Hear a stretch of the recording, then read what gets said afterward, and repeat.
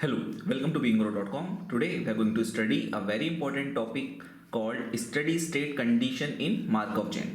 तो इसके पहले के जो दो वीडियो थे उसमें हमने देखा था कि मार्कव चेन क्या होती है और मार्कव चेन के अंदर ट्रांजिशन प्रोबेबिलिटी मैट्रिक्स क्या होता है और मल्टी पीरियड ट्रांजिशन प्रोबेबिलिटी क्या होती है ना।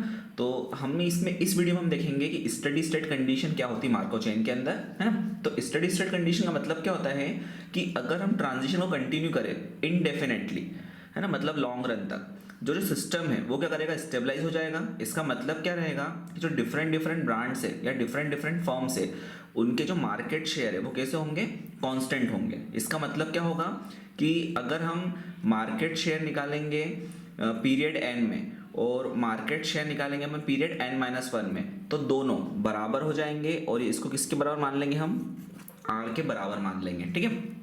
तो इसका मतलब क्या होगा कि जो सिस्टम है वो टाइम से इंडिपेंडेंट हो जाएगा और जो स्टेट प्रोबेबिलिटी है कॉन्जिक्यूटिव पीरियड्स की वो कैसी रहेगी, सेम रहेगी। तो स्टेडी स्टेट का मतलब क्या रहता है कि जो सिस्टम है वो टाइम से इंडिपेंडेंट हो जाएगा और दो कॉन्जिक्यूटिव पीरियड्स की जो प्रोबेबिलिटी रहेगी, स्टेट प्रोबेबिलिटी, वो क्या रहेगी, इक्वल रहेगी। कहने का मतलब अगर हम दो ब्रांड की बात करें, ब्रांड ए और ब्रांड बी की, अगर मैं उनकी प्रोबेबिलिटी निकालूं after 1 year, after 2 year, after 3 year, after 4 year, ऐसी मैं उसकी प्रोबेबिलिटी निकालूं लॉन्ग रन में, तो होगा क्या वहाँ पे लॉन्ग रन में कि प्रोबेबिलिटीज क्या होगी, कांस्टेंट आना चालू हो जाएगी, है ना, दोनों ब्रांड्स की। तो अगर प्रोबेबिलिटी कांस्टेंट आना चालू हो गई तो हम क्या बोलेंगे, हम कौन सी स्टेट में आ गए, स्टेडी स्टेट कंडीशन में आ गए। जैसे हमने वीडियो नंबर 2 जो था मार्कव चेन का, उसमें हमने देखा था मल्टी पीरियड ट्रांजिशन प्रोबेबिलिटी, जहां पे आपको स्टेट प्रोबेबिलिटी का इनिशियल प्रोबेबिलिटी वेक्टर r0 दिया रहता है, फिर आप r1 कैसे निकालते हो, स्टेट प्रोबेबिलिटी आफ्टर 1 पीरियड या 1 year, r0 into TPM matrix करते हैं, r2 कैसे निकालते हैं अपन, r1 इंटू पी करते हैं, वैसे ही अपन rn कैसे निकालते हैं, rn-1 इंटू पी करते हैं, ठीक है। ये जो फॉर्मूला है, अब जब हम बात करेंगे स्टेडी स्टेट कंडीशन की तो Rn और Rn-1 दोनों बराबर होगा यहाँ पे। तो स्टेडी स्टेट कंडीशन में क्या हो जाएगा, जो हमारा फॉर्मूला है वो किस तरीके से चेंज होगा यहाँ पे कि Rn और Rn-1 की जगह हम केवल R रख देंगे। क्यों लिखेंगे ऐसा, क्योंकि क्या होता है कंडीशन कि Rn और Rn-1 दोनों क्या रहेंगे, बराबर रहेंगे। किस कंडीशन में, स्टेडी स्टेट कंडीशन में। तो यहाँ पे R का मतलब क्या रहेगा, स्टेट प्रोबेबिलिटी मैट्रिक्स या वेक्टर रहेगा जिसमें हम डिफरेंट ब्रांड्स की प्रोबेबिलिटी लिखेंगे। P का मतलब रहेगा ट्रांजिशन प्रोबेबिलिटी मैट्रिक्स। तो जो स्टेडी स्टेट या इक्विलिब्रियम प्रोबेबिलिटीज है उसको डिनोट किससे कर रहा हूं मैं, P1 P2 Pn से, और वो कैसे मिलेगी मुझे, जब मैं इस इक्वेशन को सॉल्व करूंगा। तो ये इक्वेशन कुछ नहीं है, जो हमने भी वीडियो नंबर 2 में देखी थी वही इक्वेशन है, Rn equals to Rn-1 into P. तो दोनों बराबर है, तो Rn की जगह भी R आएगा, Rn-1 की जगह भी R आएगा, ठीक है।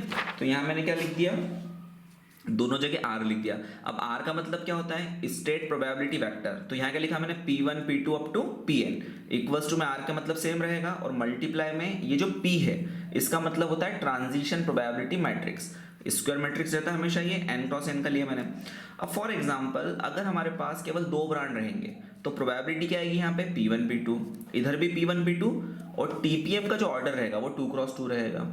अगर हमारे पास तीन अलग अलग ब्रांड रहेंगे तो P1 P2 P3 state probability आएगी, इधर भी P1 P2 P3 आएगा, और जो टीपीएम है उसका ऑर्डर रहेगा 3 क्रॉस 3, ठीक है। अब ये P1 P2 प्रोबेबिलिटीज है, तो इन सब प्रोबेबिलिटी का सम किसके बराबर होगा, 1 के बराबर होगा, ठीक है। तो हम एक क्वेश्चन कर रहे हैं और हम ये देख रहे हैं लॉन्ग रन में प्रोबेबिलिटी कैसे फाइंड की जाती है ना। तो इसको हम लॉयल्टी भी बोलते हैं कस्टमर्स की। अब हम उसको देखते हैं कैसे फाइंड किया जाता है। तो हमें क्वेश्चन दिया हुआ है कि किसी टाउन में केवल 2 ब्रांड से एलईडी के, सिस्का एंड सूर्या। तो let each of this 2 brand have exactly 50% of the total market in the same period. और दोनों ब्रांड का जो टोटल मार्केट शेयर है 50% का है, और जो मार्केट है उसको मान लिया हमने फिक्स्ड साइज का मान लिया है। तो जो ट्रांजिशन मैट्रिक्स है वो आपको दिया हुआ है कि इनिशियली, है ना, ये अपना इनिशियल पीरियड हो गया n इक्वल्स टू 0, और ये हमारा नेक्स्ट पीरियड हो गया n इक्वल्स टू 1। तो इनिशियली क्या हो रहा है, सिस्का जितने लोग ले रहे हैं, अगली बार भी सिस्का लेंगे, इतने 80% लोग हैं, इनिशियली सिस्का ले रहे हैं, नेक्स्ट में सूर्या एलईडी लेंगे, ऐसे 20 लोग हैं, 20% लोग हैं। सिमिलरली इनिशियली सूर्या ले रहे हैं, नेक्स्ट में सिस्का लेंगे, ऐसे कितने लोग हैं, 50%, इनिशियली सूर्य एलईडी ले रहे, नेक्स्ट पीरियड में भी सूर्य एलईडी लेंगे, ऐसे कितने लोग हैं 50%। तो ये जो हमारे टीपीएम मैट्रिक्स है ये हमने रिटेंशन लॉस के लिए बनाते हैं। अब क्या बोला है, if the initial market share breakdown is 50% for each brand, तो दोनों ब्रांड का जो इनिशियल मार्केट शेयर है वो कितना है 50% है ना। तो हमें डिटरमाइन करना market share in steady state या इन लॉन्ग रन। तो देखो इनिशियल मार्केट शेयर का मतलब क्या होगा, R0 होता है, और दोनों ब्रांड का जो मार्केट शेयर है 50% दिया है, मतलब 0.50 और 0.50 ये आपको मार्केट शेयर दिया है। तो ये किसका हो जाएगा, पहला वाला सिस्का एलईडी का और दूसरा वाला हो जाएगा सूर्य एलईडी का मार्केट शेयर, ये आपको दे के रखा है, ठीक है। अब मुझे क्या फाइंड करना है, मुझे फाइंड करना है स्टडी स्टेट कंडीशन में इनका मार्केट शेयर क्या होगा। इनिशियली 50% का शेयर है ना। तो अब देखो हम उसको फाइंड करने के लिए हम क्या करेंगे, हमने क्या मान लिया कि P1 P2 क्या है, स्टडी स्टेट प्रोबेबिलिटीज है, किसके लिए, सिस्का और सूर्य ब्रांड के लिए, मतलब P1 P2 हमारी स्टडी स्टेट प्रोबेबिलिटी है लॉन्ग रन के लिए, ठीक। तो देन R इक्वल्स टू क्या होगा, R into P. Steady state condition में ऐसा क्यों होगा, क्योंकि Rn इक्वल्स टू क्या होता है, Rn-1 इंटू में P होता है। मार्केट शेयर निकालना मुझे n पीरियड में, तो वो किसके बराबर रहता है, market share in n-1 period multiply में टीपीएम। अब स्टडी स्टेट में दोनों बराबर रहते हैं, इसलिए यहाँ पे क्या आ जाएगा, R आ जाएगा। अब यहाँ पे ट्रांजिशन प्रोबेबिलिटी मैट्रिक्स 2/2 का है ना, इसलिए यहाँ पे केवल 2 प्रोबेबिलिटीज आएगी। तो R का मतलब क्या होगा P1 P2 और इस R का मतलब भी P1 P2, ठीक है। अब हम क्या करेंगे, यहाँ पे इसको सिंपल मल्टीप्लाई करेंगे। तो देखिए ये जो 0.8 है और 0.5 है पहला कॉलम, इसको मल्टीप्लाई किया मैंने तो कैसे करेंगे मल्टीप्लाई, देखो इक्वल्स टू में क्या चलेगा, R मैट्रिक्स चलेगा P1 P2 और इधर इक्वल्स टू में क्या आ जाएगा, इसको मल्टीप्लाई करके जोड़ दिया तो ये हो जाएगा 0.8 P1, मतलब फर्स्ट कॉलम का इंटू इस रो में किया, प्लस 0.5 P2, ठीक है। ये पहले कॉलम के एलिमेंट मिल गए। ऐसे नेक्स्ट अब सेकंड कॉलम के जो एलिमेंट है, कॉलम C2 के जो एलिमेंट है उसका इंटू करा मैंने P1 P2 में, तो क्या होगा, सेकंड कॉलम में एलिमेंट लिखूंगा मैं 0.2 P1 प्लस ये कितना आएगा 0.5 P2, ठीक है, ये आ गया।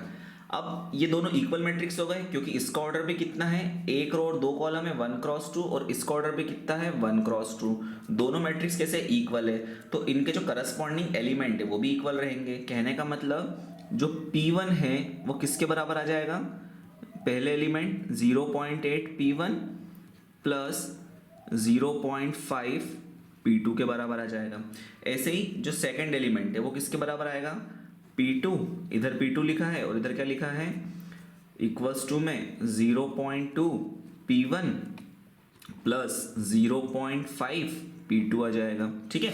अब इसको हम देखते कैसे लिखना है। तो देखो उसको समझने के लिए यहाँ पे P1 है, तो P1 का मतलब क्या है, यहाँ पे P1 क्या है 1 लिखा है। अब अगर मैं ये सारी वैल्यू उठा के ले जाऊंगा लेफ्ट हैंड साइड में, ठीक है, तो ये सारी वैल्यू नेगेटिव हो जाएगी।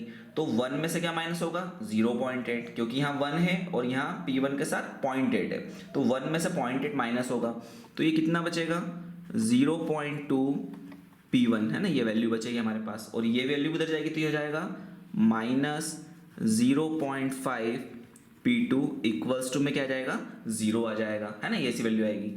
ऐसे ही जो नेक्स्ट है सेकंड, इसमें क्या करेंगे, हम इन वैल्यूज को उधर ले जाएंगे।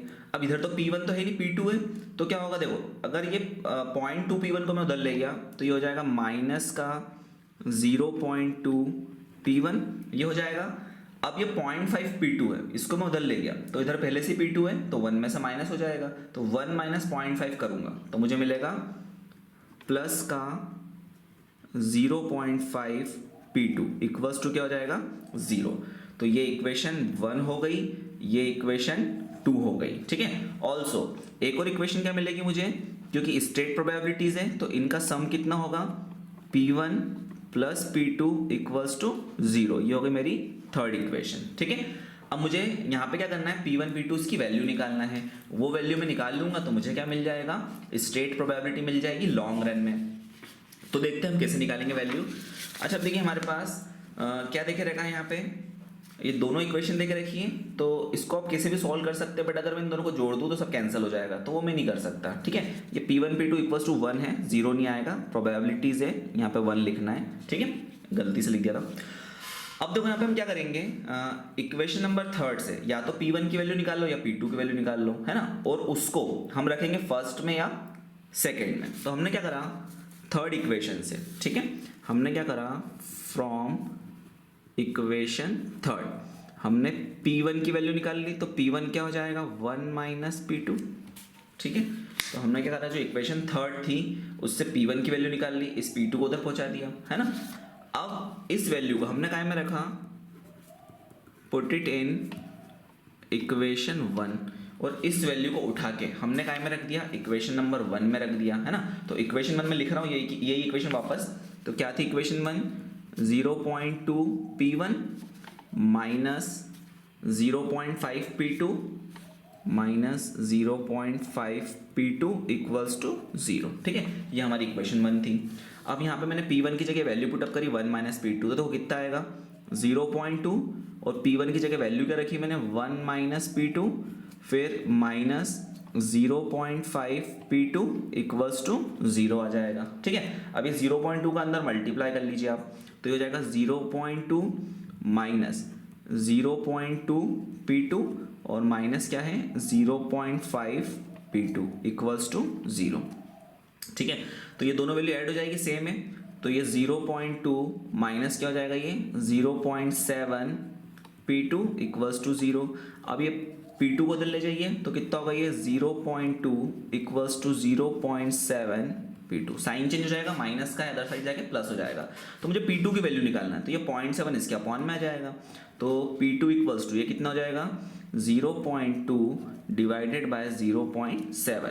तो जब मैं 0.2 को डिवाइड करूँगा 0.7 से, तो ये आएगा 0.2857, ठीक है। तो इसकी वैल्यू कितनी आएगी 0.2857। तो ये वैल्यू किसकी आ गई, मेरे पास P2 की वैल्यू आ गई। अब मुझे P1 निकालना है, तो देखो इक्वेशन नंबर थर्ड से जो हमने ऊपर लिखी है, ठीक है, इसी इक्वेशन का हम यूज़ करेंगे, ठीक। तो ये P2 की वैल्यू मैं इसमें पुटअप कर दूंगा, मतलब थर्ड में रख दूंगा। तो देखो कैसे रखेंगे वैल्यू हम यहाँ पे, देयरफॉर P1 इक्वल्स टू कितना था 1 माइनस P2 था। तो हमने क्या कर दिया यहाँ पे, P1 इक्वल्स टू क्या रख दिया 1 माइनस P2 कितना है 0.2857, ठीक। तो हमने क्या करा 1 में से क्या माइनस कर दिया 0.2857 को माइनस कर दिया। तो हमें क्या मिल गया यहाँ पे 0.7143, ठीक है। तो यहाँ पे क्या वैल्यू मिल गई P1 की 0.7143, ठीक। तो इसका मतलब जो हमारा R वेक्टर है ना, जो हमारा R वेक्टर है P1 P2, उसकी वैल्यू कितनी मिली हमें, यहाँ पे हम लिख देते हैं। तो जो R है उसकी वैल्यू क्या मिली मुझे P1 P2, और R इक्वल्स टू ये क्या जाएगा 0.7143, और P2 कितना है 0.2857, है ना, ये वैल्यू आई। तो ये है जो मार्केट शेयर है, ये किसका रहेगा, ये रहेगा सिस्का एलईडी का, और सेकंड किसका हो जाएगा सूर्या एलईडी का इन लॉन्ग रन। इसका मतलब क्या होगा लॉन्ग रन में कि जो 71.43% जो कस्टमर है वो सूर्या एलईडी लेंगे, और लॉन्ग रन में 28.57% सॉरी सिस्का एलईडी लेंगे, और लॉन्ग रन में सूर्या एलईडी कितने लोग लेंगे 28.57%। इसका मतलब जो ब्रांड लॉयल्टी है कस्टमर की वो किसके प्रति ज़्यादा है, सिस्का एलईडी के प्रति ज़्यादा है ब्रांड लॉयल्टी, ठीक है। तो कभी आपको क्वेश्चन में ऐसा पूछा जाए कि ब्रांड लॉयल्टी निकालिए लॉन्ग रन में, तो यहाँ पे लॉन्ग रन में जो ब्रांड लॉयल्टी किसके प्रति ज़्यादा है, सिस्का एलईडी के प्रति ज़्यादा रहेगी, ठीक है। तो ये हो गया हमारा क्वेश्चन नंबर 1। अब क्वेश्चन नंबर 2 की बात करें हम, तो क्वेश्चन नंबर 2 में अब आपको क्या दिया हुआ है, यहाँ पे क्वेश्चन 2 दिया हुआ है, और उस क्वेश्चन में आपको लिखा है यहाँ पे कि suppose that a new brand of biscuits were introduced in the market by 3 company at the same time. तो सेम टाइम में 3 अलग अलग ब्रांड मतलब 3 अलग अलग ब्रांड इंट्रोड्यूस हुए कंपनी ने। When they were introduce each company had an equal share of market. जब 3 अलग अलग ब्रांड यूज हुए बिस्किट्स के, तो हर कंपनी का जो मार्केट शेयर था वो इक्वल था।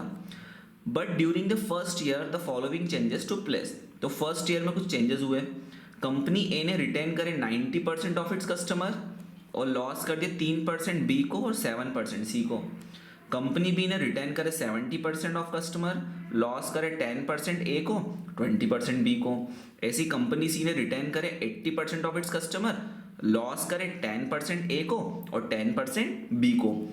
तो assuming no change in the buying habits of the consumer occur, ठीक है। तो हमने क्या मान लिया कि कंज्यूमर की जो बाइंग हैबिट है उसमें कोई चेंज नहीं है। तो हमें क्या फाइंड करना है, what are the long run market share of three company. तो इनिशियल मार्केट शेयर क्या है, तीनों का इक्वल है, ये आपको दे के रखा है। और हमें लॉन्ग रन मार्केट शेयर निकालना है ना, कि बहुत लंबे समय बाद आफ्टर 7-8 ईयर बाद मार्केट शेयर क्या रहेगा कंपनी का। तो और एक और चीज़ क्या पूछी, what are the market share of three company at the end of first and second year.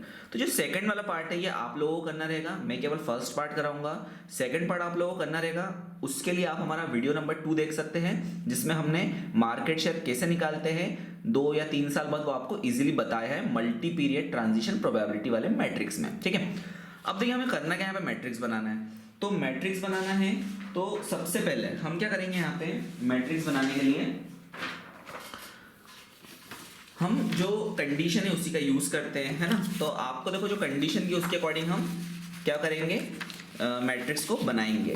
तो अगर हम देखें यहाँ पे आपको कंडीशन क्या दी है, तो देखिए कंडीशन क्या दी है, कंपनी ए रिटेन करेगी 90% ऑफ इट्स कस्टमर, है ना, और लॉस करेगी 3% टू बी एंड 7% टू सी, ये आपको दे के रखा है। तो अब इसको कैसे बनाएंगे हम ध्यान से देखते हैं। हम बनाएंगे टीपीएम मैट्रिक्स, ठीक। तो ए से ए पे कितने परसेंट कस्टमर रिटर्न हुए, 90%, मतलब 0.9 हो जाएगा, ठीक है। फिर ए से बी पे कितने लॉस हुए, तो ए से बी पे लॉस हुए 3%, मतलब 0.03। ये हमने बनाया था टीपीएम मैट्रिक्स कैसे बनाते हैं, वीडियो नंबर 2 में, उसको आप ध्यान से देखिए। वीडियो नंबर 1 में भी बताया गया है इस चीज़ के बारे में। और ए से सी पे कितने लॉस हुए, 0.07। तो जो रो है, रो क्या शो करती है, रिटेंशन एंड लॉस, है ना। तो ए से ए पे रिटर्न हुए 90%, ए से बी पे लॉस हुए 3% और ए से सी पे लॉस हुए 7%। ऐसे ही मैं सेकंड के लिए बना सकता हूँ, कंपनी बी ने रिटर्न करे 70%। अब कंपनी बी ने रिटर्न करे बी से बी तो 70%, 10% ए को लॉस करा मतलब 0.1 और 20% बी को लॉस किया, सी को लॉस किया मतलब 0.2। सिमिलरली कंपनी सी ने 80% कस्टमर रिटर्न करे, मतलब सी से सी पर कितने रिटर्न हुए 0.8, 10% ए को लॉस हुए और 10% बी को लॉस हुए, है ना, कंपनी सी का। तो 10% बी को लॉस हुए और 10% ए को लॉस हुए, ठीक है। ये क्या हो जाएगा, हमारा ट्रांजिशन प्रोबेबिलिटी मैट्रिक्स पी बन गया है, ठीक। तो यहाँ पे जो इनिशियल शेयर दिया वो इक्वल दिया, मतलब क्या आएगा, तीनों का मार्केट शेयर इनिशियल 0.333, 0.333 और 0.333। तो ये ए का शेयर हो गया, ये बी का शेयर हो गया और ये सी का शेयर हो गया। इनिशियली मार्केट शेयर तीनों का इक्वल दिया हुआ है, ठीक है। अब हमें लॉन्ग रन में मार्केट शेयर निकालना है। तो लॉन्ग रन में मार्केट शेयर निकालना है तो हम स्टेडी स्टेट कंडीशन निकालेंगे सेम लॉजिक से। तो हमने क्या मान लिया कि 3 ब्रांड है यहाँ पे ABC बिस्किट्स के, तो P1, P2, P3, ये 3 हमने स्टेडी स्टेट प्रोबेबिलिटी मान ली ब्रांड A, B और C की रिस्पेक्टिवली। तो हमारा फॉर्मूला क्या हो जाएगा, R equals to R into P। ये क्यों होगा, क्योंकि हमें steady state probabilities find out करनी है, ठीक है। और क्यों होता है ऐसा, क्योंकि Rn और Rn-1 दोनों बराबर रहेंगे स्टेडी स्टेट में, ये हम देख चुके हैं। क्योंकि दो मार्केट शेयर हैं कॉन्सिक्यूटिव पीरियड के, वो कैसे हो जाते हैं, इक्वल हो जाते हैं स्टेडी स्टेट में, ठीक है। अब हम क्या करेंगे इसको सॉल्व करने के लिए, हम यहाँ R की वैल्यू लिखेंगे। अब R में 3 ब्रांड है तो यहाँ पे P1, P2, P3 प्रोबेबिलिटी आएगी, इधर भी आएगी, और P का मतलब रहेगा TPM मैट्रिक्स, ठीक है।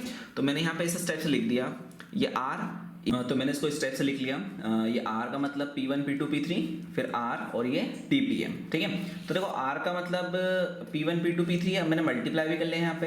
तो कैसे मल्टीप्लाई करा, ये जो कॉलम 1 है इसका मल्टीप्लाई मैंने ये तीनों में कर लिया, P1, P2, P3 में, तो मुझे पहले कॉलम के एलिमेंट मिल गया, दैट इज क्या मिला, 0.9 P1 प्लस 0.1 P2 और ये 0.1 P3, ठीक है।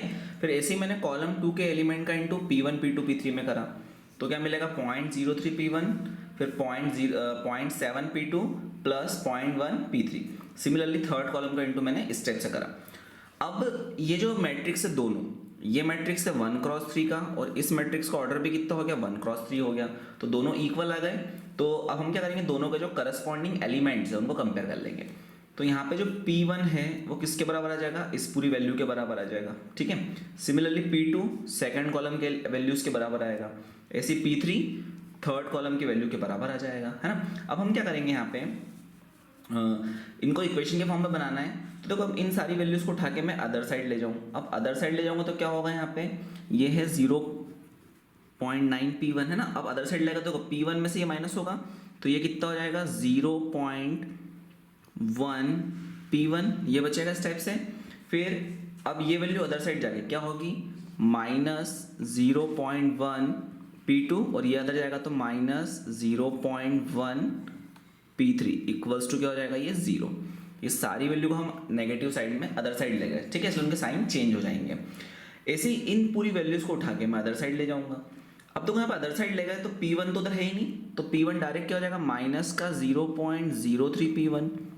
अब यहाँ पे P2 है 0.7 का और इधर है P2 1 का। अब मैं इसको अदर ले गया तो क्या होगा 1 P2 माइनस क्या हो जाएगा 0.7 P2। मैं इसको अदर साइड ले गया तो ये कितना हो जाएगा, प्लस का 0.3 P2 आ जाएगा। तो यहाँ पे क्या आ जाएगा, प्लस का 0.3 और ये आ जाएगा P2 आ जाएगा, ठीक है। ऐसे ही नेक्स्ट ये जो 0.1 P3 अदर साइड जाके कितना हो जाएगा, ये माइनस का 0.1 और ये हो जाएगा यहाँ पे P3 इक्वल्स टू 0 आ जाएगा, ठीक। ऐसे नेक्स्ट हम निकालें। अब नेक्स्ट वाले में क्या हो रहा है, P3 है, अब ये वैल्यू उधर जाएगी, ये भी उधर जाएगी और ये वैल्यू भी उधर जाएगी।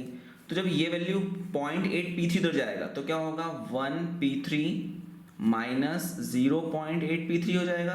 तो यहाँ कितना बचेगा, प्लस का 0.2 बचेगा। तो देखो क्या लिखेंगे हम, ये दोनों वैल्यू माइनस की होगी, लेफ्ट हैंड साइड जाएगी तो 0.07 P1 फिर माइनस 0.2 P2 और ये हो जाएगा उधर जाके 1 माइनस 0.2 तो ये बचेगा प्लस का 0.2, that means plus 0.2 P3 equals to 0। तो ये इक्वेशन 1, ये इक्वेशन 2 और ये इक्वेशन 3 हो गई। ऑल्सो क्या होगा कि प्रोबेबिलिटीज़ है, स्टेट प्रोबेबिलिटीज़ है ब्रांड की, तो तीनों प्रोबेबिलिटीज़ का सम किसके बराबर रहेगा, 1 के बराबर रहेगा। ये हमारी इक्वेशन नंबर 4 है, ठीक है। अब हमें क्या करना है, ये चारों इक्वेशन की हेल्प से P1 P2 P3 की वैल्यू फाइंड करना है। तो वैल्यू आप कोई सी मेथड से लगा सकते हो। अगर मैं 4 इक्वेशन लूँ तो ये चारों इक्वेशन को आप मैट्रिक्स से भी सॉल्व कर सकते हो, है ना, नॉन होमोजेनियस इक्वेशन के फॉर्म में, या इसको आप एलिमिनेशन मेथड सॉल्व कर सकते हो, या रेशियो प्रॉपर्टी क्रॉस मल्टीप्लिकेशन से भी सॉल्व कर सकते हैं। तो हम यहाँ पे क्रॉस मल्टीप्लिकेशन वाली मेथड बता रहे हैं। तो हमने क्या करा, हमने कोई सी 2 इक्वेशन ले ली for applying cross multiplication method. तो हमने यहाँ कौन कौन सी इक्वेशन ली, सेकंड और थर्ड इक्वेशन ली। मतलब ये जो सेकंड और थर्ड इक्वेशन ये हमने ले ली। तो ये हमने सेकंड इक्वेशन लिख ली, -0.03 P1 प्लस 0.3 P2 और -0.1 P3। सिमिलरली -0.07 P1 -0.2 P2 और plus 0.2 P3 equals to 0। Second third equation ले ली हमने। अब हम यहाँ रेशियो प्रॉपर्टी का यूज करेंगे। तो हम यूज कैसे करेंगे रेशियो प्रॉपर्टी का, सबसे पहले हमने क्या करा, यहाँ पे ये P1 को हाइड करेंगे। अब P1 को हाइड करा तो P2 फिर P3 आएगा, है ना, चेन रूल जिसको बोलते हैं। फिर P2 को हाइड करेंगे तो P3 और P1 का इंटू होगा। फिर P3 को हाइड करेंगे तो P1 P2 का इंटू होगा। तो इसको समझने के लिए हम इसको इस टाइप से लिख लेते हैं। पहले मैंने P1 को हाइड करा, है ना, ये इस टाइप से लिखा है। तो P2 के जो कोएफिशिएंट है उसको लिख लिया मैंने, है ना। फिर अगली बार P3 के कोएफिशिएंट लिख लिए, पहले इनका मल्टीप्लाई होगा, ठीक है, फर्स्ट में। तो देखो 0.3 का इंटू अगर मैं 0.2 में करूंगा तो यहाँ कितना आएगा 0. ये आ जाएगा आपका 0.06, बीच में माइनस आता है, ठीक है, P1 के नीचे की बात करें। फिर माइनस, फिर इन दोनों एलिमेंट का मल्टीप्लाई होगा, है ना। तो इसको हम ऐसे समझते हैं, ये फर्स्ट हो गया मल्टीप्लाई, अब इसका मैंने मल्टीप्लाई करा सेकेंड में, ठीक है। अब बीच में माइनस आएगा, अब ये -0.2 का इंटू -0.1 में करेंगे तो ये प्लस का हो जाएगा, तो बीच में माइनस ऐसा का ऐसा ही रहेगा और ये कितना हो जाएगा 0.02 हो जाएगा, ठीक है। ये आ गई हमारी पहली वैल्यू का मल्टीप्लाई। ऐसे ही हम लोग को P2 को हाइड करना है। अब मैं P2 को हाइड करूंगा तो P2 को जब मैं हाइड करा तो मुझे मल्टीप्लाई कैसे करूंगा मैं, P3 का इंटू P1 में होगा, है ना, पहले ऐसे मल्टीप्लाई होगा, मैट्रिक्स नहीं है इक्वेशन है, ठीक है। तो P3 का इंटू इसमें होगा P1 के कोएफिशिएंट में। कहने का मतलब इसको आप ऐसे याद रख लो, तो P3 का इंटू होगा P1 में फर्स्ट, ठीक है, मतलब -0.1 का इंटू -0.07 में हो रहा है ना, इस तरीके से लिख सकते हैं आप। तो जब मैं -0.1 का इंटू -0.07 में करूँगा तो ये आएगा आपका प्लस का 0.005 7, फिर बीच में माइनस साइन। अब P2 तो हाइट है, अब .2 का इंटू किस में होगा, -0.03 में होगा, है ना। .2 का इंटू होगा -0.03 में, तो ये .2 का इंटू किस में हो गया, -0.03 में हो गया इंटू, है ना। तो क्या होगा, 0.2 इंटू -0.03 करा हमने, तो ये क्या हो जाएगा, प्लस का, ये हो जाएगा प्लस की वैल्यू 0.006। सिमिलरली P3 निकालना है मुझे, तो P3 कैसे निकलेगा, P3 को हाइट कर लो अब P3 को हाइट करा तो P1 का इंटू P2 में होगा, तो ये -0.03 का इंटू किस में होगा, -0.2 में। तो इसको देखो ऐसे ऐसे याद रखना है आपको, ये P1 का इंटू किस में हो गया, P2 में हो गया, है ना। तो -0.03 इंटू क्या होगा, -2 हो जाएगा। तो ये कितना होगा, प्लस का, ये होगा प्लस का 0.006, बीच में माइनस साइन आता है। अब माइनस साइन आएगा बीच में, तो क्या होगा, अब -0.07 का इंटू 0.3 में होगा, है ना। तो ये प्लस हो जाएगा बीच में यहाँ पे, क्योंकि ये माइनस है और ये प्लस है, तो दैट मीन्स ये पूरी वैल्यू माइनस की आएगी, और बीच में माइनस साइन रहता तो ये प्लस साइन हो जाएगा। तो हमने जब इनका इंटू किया तो ये कितना हो जाएगा हमारे पास, -0.07 और 0.3 का इंटू करेंगे तो ये हो जाएगा प्लस का 0.021 हो जाएगा, ठीक है। ये वैल्यू आ गई। अब मैं इनको प्लस माइनस कर लेता हूँ, तो देखो क्या होगा, ये P1 के अपॉन में 0.06 में से 0.02 गया, तो ये बचेगा 0.04। ऐसे ही P2 के डिवीजन में इन दोनों वैल्यू को ऐड कर लेंगे हम, तो इनको ऐड करा तो ये हो जाएगा 0.0, ये हो जाएगा 13। सिमिलरली जब मैं P3 के डिवीजन वाली वैल्यू को जोड़ूंगा तो ये कितना आएगा, 0.006 और 0.021, तो इनको जब मैं जोड़ूंगा तो ये आएगा 0.027। अब मैं यहाँ रेशियो प्रॉपर्टी का यूज़ करूंगा। रेशियो प्रॉपर्टी में क्या होता है, ये जो रेशियो रहते हैं, जितने भी रेशियो उन सबका सम लिखते हैं हम इक्वल्स टू में, तो मैंने इक्वल्स टू में क्या लिखते हैं यहाँ पे, P1 P2 और P3, ठीक है, ये लिख दिया। और डिवीजन में क्या लिख दिया, इन तीनों का सम लिख दिया, है ना। मतलब 0.04 प्लस 0.013 प्लस 0.027, ठीक है। इसको बोलते हैं हम रेशियो प्रॉपर्टी, ठीक, इसको बोलते हैं रेशियो प्रॉपर्टी, ठीक। तो क्या हो जाएगा, देखो हमारे पास वैल्यू क्या बचेगी, P1 के अपॉन में 0.04, फिर P2 के डिवीजन में 0.013, ऐसे ही P3 के डिवीजन में 0.027। अच्छा, हमको ये पता है कि P1 P2 P3 का जो सम होता है वो कितना होता है, 1 होता है। ये हम देख चुके हैं पहले ही कि P1 P2 P3 का जो सम होता है वो कितना होता है, 1 होता है। इक्वेशन नंबर 4 में, है ना, प्रोबेबिलिटी का सम 1 होगा। तो ये P1 P2 P3 का सम 1 हो जाएगा, और डिवीजन में इनको जोड़ देंगे तो हो जाएगा 0.08 हो जाएगा जब हम इनको एडअप कर देंगे, ठीक है। अब बस करना क्या, मुझे कंपेयर करना है। तो फर्स्ट रेशियो को मैं लास्ट रेशियो से कंपेयर करूंगा, सेकंड रेशियो को लास्ट रेशियो से कंपेयर, और थर्ड रेशियो को फोर्थ रेशियो से कंपेयर करेंगे, तो हमें हमारा सॉल्यूशन मिल जाएगा। तो देखिए, जब हमने कंपेयर करा तो देखते हैं कंपेरिजन में क्या होता है। जब हमने कंपेयर करा तो देखिए, फर्स्ट को लास्ट से कंपेयर करना है, तो क्या होगा, P1 अपॉन में 0.04 इक्वल्स टू 1 अपॉन में 0.08। तो इसका मतलब ये वैल्यू मुझे क्या मिलेगी, यहाँ पे ये 0.04 को ऊपर पहुँचा दो, तो P1 की जो वैल्यू है वो कितनी आएगी, 0.04 डिवाइडेड बाय 0.08।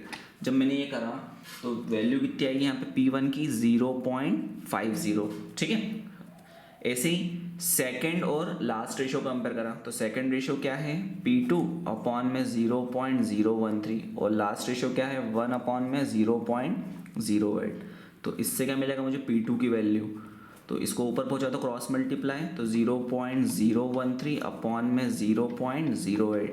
तो जब मैं 0.013 को डिवाइड करूँगा 0.08 से, तो वो कितना आ जाएगा, 0.1625, ठीक है। सिमिलरली थर्ड और फोर्थ रेशियो कंपेयर करें तो P3 अपॉन में 0.027 है, इक्वल्स टू में क्या आएगा, 1 अपॉन में 0.08 आ जाएगा।